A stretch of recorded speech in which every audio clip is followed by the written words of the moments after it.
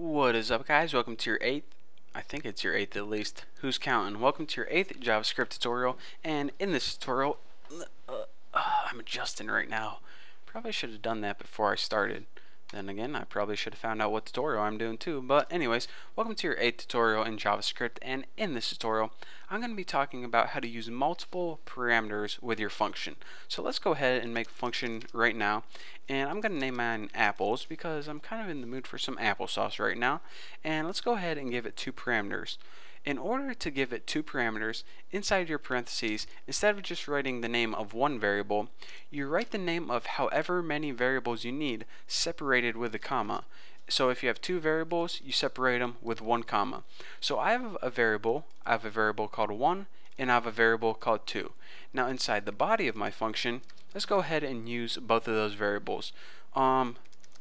Document write, we'll just go ahead and write something like 1 is better than, and actually need some spaces, is better than add 2. So now you can see that this is where I taught you guys how to add strings to variables. This is one instance where it would come in handy. And another cool thing that I didn't teach you guys yet, but anytime you add a string of a HTML tag or XHTML tag, it actually will treat that not as text, but actually treat that as the tag itself. So whenever it comes across this right here, it's actually going to break, aka move you to the next line. So that's a neat little trick that you guys might want to remember. So anyways, we have a function called apples. So now let's go ahead and actually call or use this function.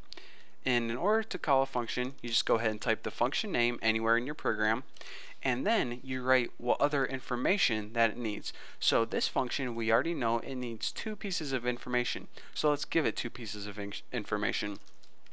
I'm going to give it my name as a variable, and as the other variable it needs, I'm going to give it the name of my cousin, Hobart. So let's go ahead and save this and refresh and see what we get. Bucky is better than Hobart. So what it did is it said, alright, we have this function that takes 2 pieces of information. So whenever we're running our program and we said that we want to use this information, it's going to say, alright, what variable are you going to use as number 1? Okay, Bucky, got it. Now what variable are you going to use is the variable 2? Hobart, got it, check. So Bucky is better than Hobart. Makes sense, you gave us both the pieces of information we need, we're good to go. So we can also call this function multiple times, and it, runs the same exact way. So let me think of some bands. Counting Crows is better than, I don't know, Bieber. And let's go ahead and write like Strawberry is better than coconut. By the way, guys, nice little piece of information. I absolutely hate coconuts. I can't stand the smell of it. I can't stand the sight of it. I can't even wash my hair with coconut shampoo. It makes me gag. So if I ever see you, walking down the street and you have coconuts, then don't be discouraged that I don't talk to you. It's not you, it's the coconuts. So let's go ahead and save this, refresh it, and see what we get. Bucky is better than Hobart. Counting Crows is better than Bieber, should be are better. Strawberry is better than coconut, which is true. All of these things are true.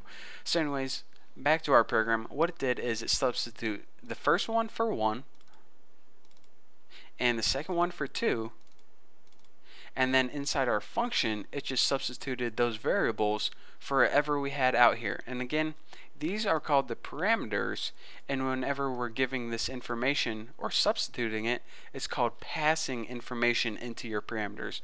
So again, if you're watching these tutorials because you were taking a JavaScript class at school and you couldn't understand your teacher, that's the questions that they're going to ask on the test, and that's the information that you need to know. Parameters, passing it in. So there you go. But if you're just watching this, then don't even worry about it. As long as your program works, you're good to go. So thank you guys for watching. Don't forget to subscribe. Don't forget to check out my website, my other videos, and don't forget to check me out if you see me on the street. So yeah, I guess I'll see you next tutorial.